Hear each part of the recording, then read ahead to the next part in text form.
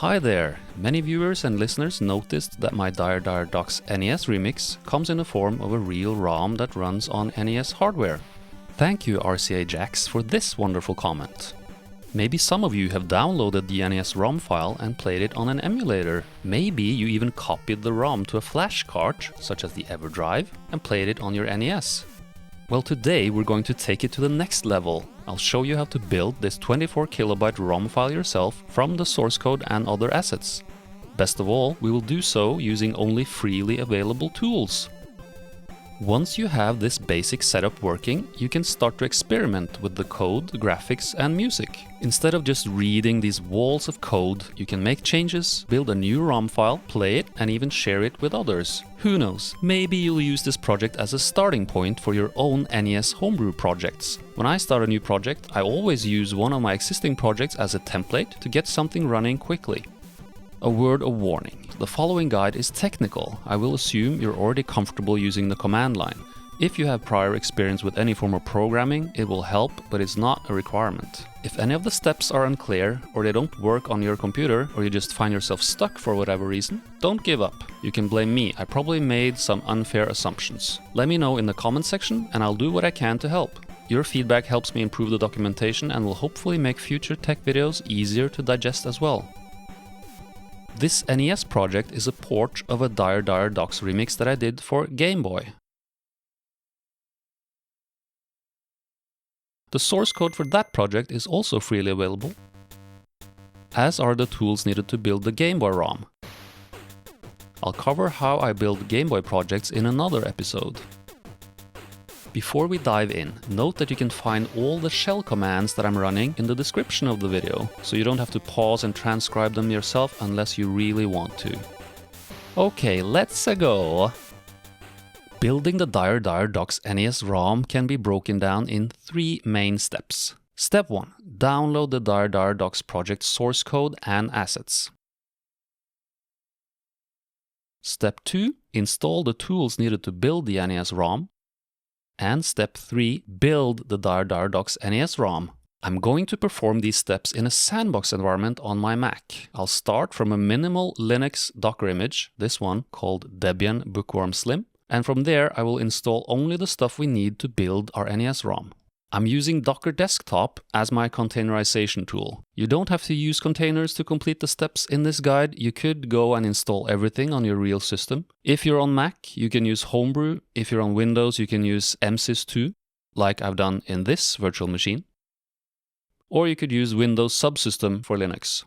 But if you use containerization, particularly with a Debian-based image, there's a much better chance that the steps in this guide will work without modification, regardless of which host OS you use, at least unless you're watching this many years after 2026. If you want to use the exact same Docker image as me, just copy the following command from the video description. If you want to use a different Docker image, modify these 2 lines. In the video description, you can find a list of images for other popular Linux distributions.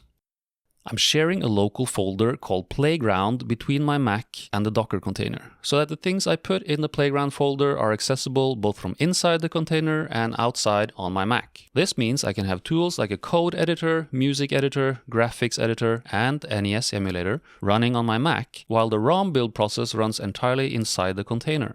Make sure you run the Docker command from a folder that doesn't already have a subfolder called Playground, so you don't overwrite any existing unrelated Playground you might have. Or you can adjust the command to use a different folder name. Great! Our Linux container is running, our Playground folder was created, and initially the folder is empty. Let's create a new terminal session with a different background color so that we can easily tell the difference between the container session and the Mac session. Here we are in our new Mac session. I'm moving into the Playground folder, and as you can see, the Mac agrees there's nothing in this folder yet. If you want the minimal, automated way of producing the ROM file, no matter the details of how it's done, simply copy these commands from the video description, paste them into the Docker terminal session. We will do that now just to verify that this approach works. This script will install the essential tools that we need, download, build and install a tool called xorcyst, download, build and install a tool called xm2nes, and download and build the Dire Dire Docks project. If you're using a different package manager than apt, you'll need to adjust this command that installs the dependent packages. Check the video description for the corresponding commands for several popular package managers. Okay, running the script now. This might take a while.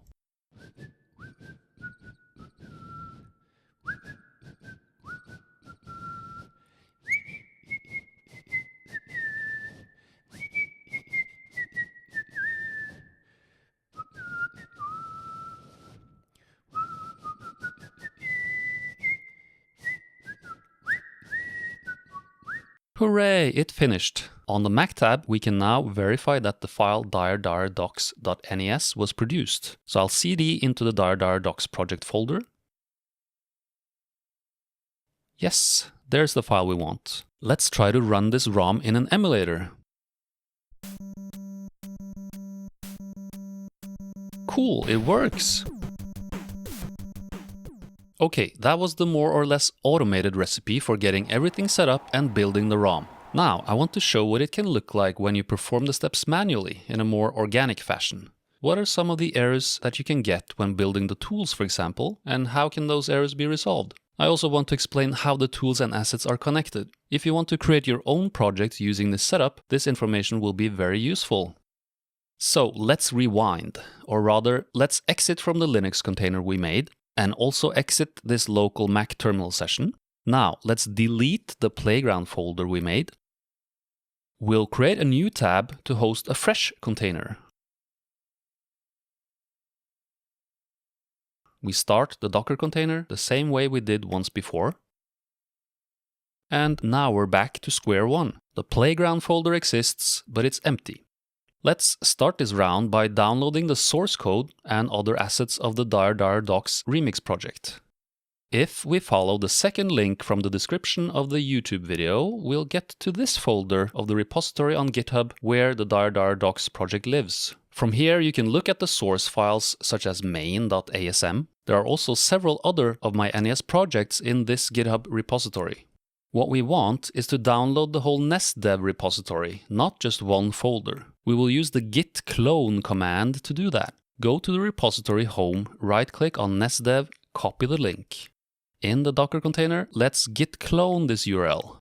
Oops, it says git command not found. That's because the git version control tool doesn't come pre-installed in the Bookworm Slim Docker image that I'm using. This image doesn't come with development tools out of the box. Since Bookworm Slim is Debian-based, I can use the apt package manager to install applications. So let's install Git with apt install.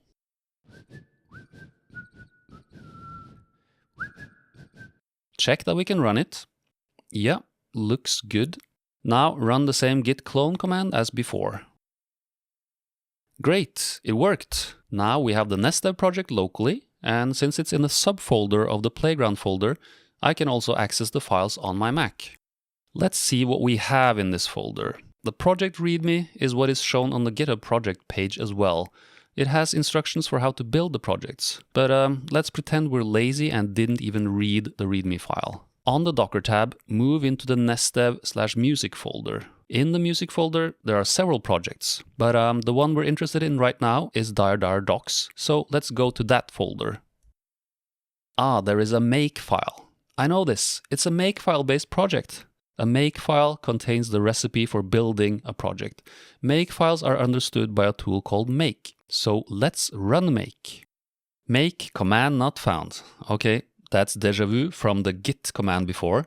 Again, Bookworm Slim is a very naked Docker image. It doesn't have the tools needed to build projects. Let's go ahead and install make the same way we install git. Apt install make.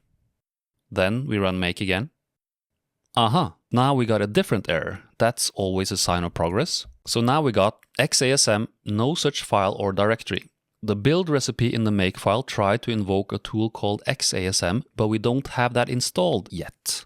xasm is an NES assembler I wrote. It takes source files and produces object files. xasm is part of a project called the xorcyst, which also includes a linker. The linker takes object files and other binary assets as input and produces the final ROM image. I use these tools in all my NES projects, such as the Bomb Sweeper NES conversion and D-Pad Hero 1 and 2, which you can find on my GitHub page. You could try to install xorcyst through the apt package manager, but unfortunately that doesn't work because at least the default Debian package registry, for now, doesn't provide xorcyst as a package. I guess we have to bite the bullet and look at that README file.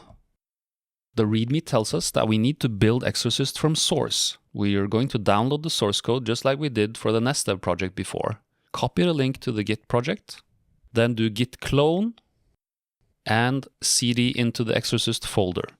Optimistically, let's try to run make. No target specified and no makefile found. Okay, in this project we don't have a makefile, at least not yet, so we need to look at the install file. It says we should run this test command followed by configure. Okay. When we run configure, we get this error, no acceptable C compiler found in path. Xorcyst is written in the C language, which means we need a C compiler to build it. Two popular compilers are GCC and Clang. We could use either of those. They take about the same time to install with apt. You could do apt install Clang, or you could do apt install GCC. Or why not decide by random, like I'm doing in this small script. Pick a random integer between 0 and 1 inclusive. If it's 0, we go with GCC. If it's 1, we go with Clang. Which one will it be? GCC.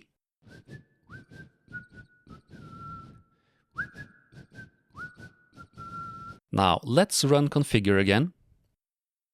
This time it finished without error, and it produced a makefile. If you remember from the install file, the next step is to run make.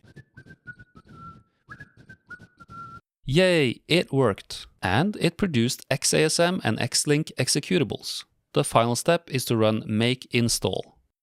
Now let's try to invoke xasm. Cool, we can run it. Let's invoke xlink. Cool, we can run that one too. Now we have the NES assembler and linker all set up. Let's go back to the docs project folder and run make again. Cool, now xasm assembled a bunch of files, but then the recipe failed at this xm2nes command. xm2nes not found.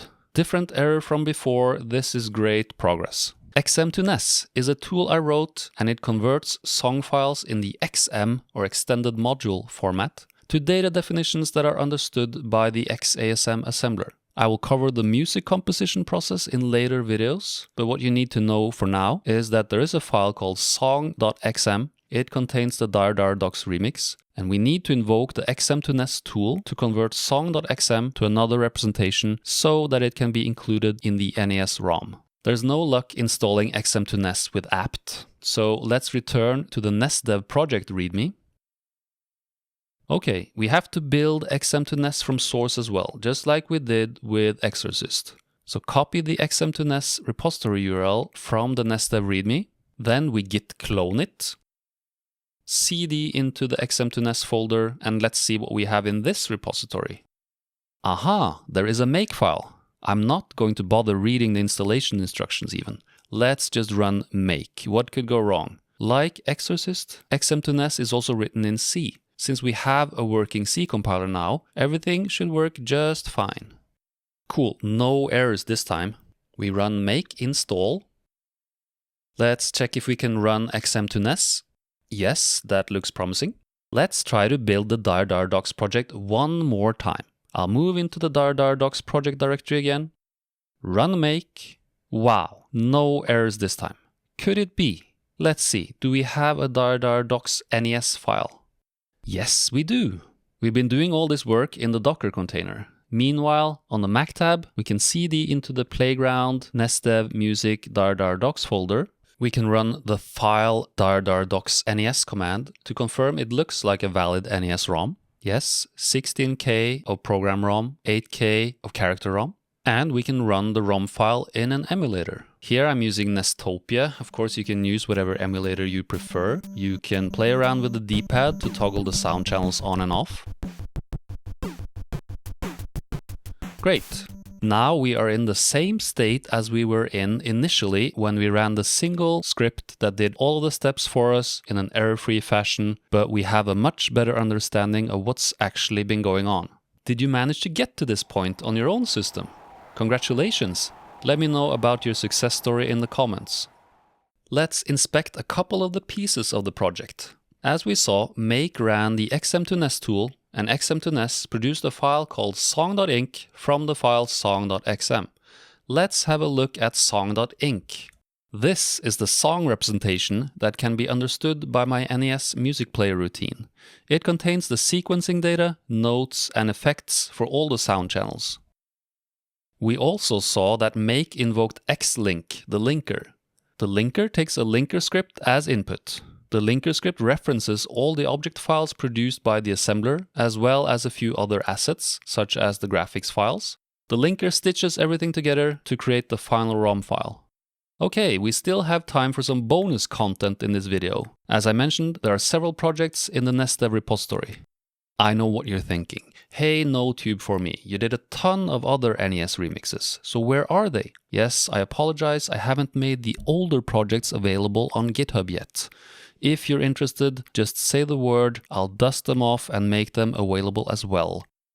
Each project has its own folder that contains a make file. You can build them the same way that we built the docs ROM.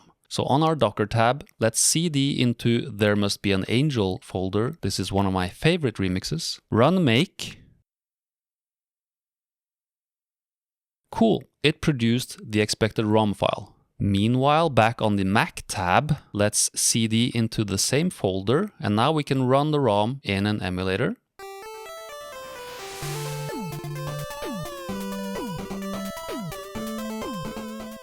Nice. There is a convenience script called build_all that builds all the music projects. All this script does is enter each folder and run make. So if we run it now, you can see that it failed to build Is It Scary? Because that project has a dependency on a tool called pacchar, which you can find on my GitHub. You can build pacchar from source and install it just like we did with xm2nes, and then you'll be able to build the Is It Scary project as well. Anyway, now we have a bunch more NES files. We can open another one, like the Welcome to Paradise remix. If you want, you can start messing around with the code and assets in one of these projects on your own. As a final bonus and teaser, I'll show real quick how we can do that. Let's open up the code for docs and make a simple change to the text in the background. On our Mac tab, in the docs folder, I will open the project in VS Code, but of course you can use any text editor. Open main.asm, search for dir, change docs to socks, save. Build the project in the Docker container again. Notice that main.asm was assembled again, but none of the other ASM files were, because we only changed the one file. Then the linker was invoked to produce the updated ROM file. Now on the Mac tab, open docs.nes in an emulator. Notice that the text now says dir socks. Let's edit some graphics. Here I'm using a graphics tool called Tile Manipulator. Tile Manipulator is a cross-platform tile editor that I made. It supports a bunch of console graphics formats. You can find it on my GitHub. It's a Java application. Here you can see it running on Windows and on Mac. Of course, you can use any graphics editor that supports the NES tile format. Let's open a file in the docs project called bubble.bin. We need to tell Tile Manipulator how to interpret the data in this file, so we will choose codec 2 bits per pixel planar composite, and we have to enable the setting View Row Interleaved.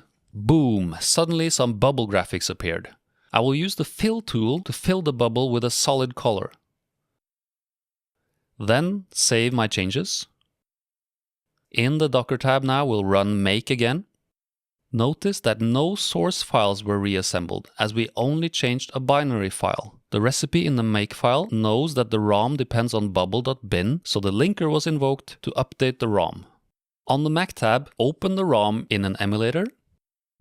Wait for it, wait for it. Now we have opaque bubbles. For the finale, let's open song.xm and make some simple changes to the song. I'm using the Fast Tracker 2 clone for Mac here, but of course you can use any application that supports the XM file format. Navigate to the Playground, nesdev, music, docs folder. This is how it sounds like before conversion. I'll just change a few notes.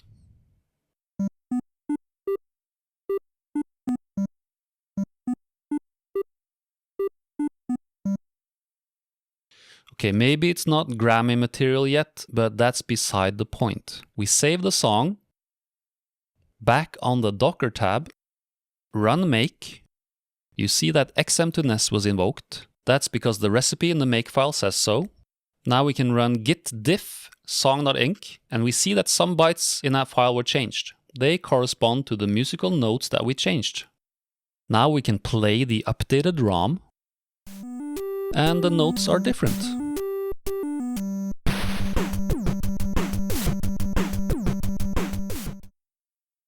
Did you manage to complete the actions in the bonus section as well? Then you truly deserve an award. Okay, to recap, we downloaded the project files, we set up all the tools needed to build the NES ROM, we successfully built the ROM file, actually more than one, and finally we looked at how to make changes to a project's assets and update the ROM file. Obviously, there is a ton of stuff to cover about the internals of the docs project. Background graphics, scrolling, objects and animations, and of course the music. There's also a lot I could say about the process of going from an idea to a finished project. Let me know in the comments what you would like to see covered in the next tech video. In the meantime, feel free to start exploring the code and assets on your own, either docs or one of the other projects in the nesdev repository. For the code, I encourage you to start from the main handler function of each project. You could, for instance, comment out some lines of code, rebuild the ROM, and see what happens when you run it. Feel free to fork my nesdev repository on GitHub and publish your own projects. I would love to hear about them. If you crave more technical behind-the-scenes material, you can also read the articles about how I ported the music player from NES to other platforms. If you're more interested in targeting the Game Boy, Game Boy Advance, Game Gear, or Sega Master System, head over to my gbdev repository on GitHub. The process for building those projects is very similar to NES. There are just a few other tools involved. Look out for a separate video on that topic. A special shout out to You Suck at Programming, who requested a behind-the-scenes look at the process of creating a remix, which is what inspired me to start this series. Until next time, stay cool, stay old school.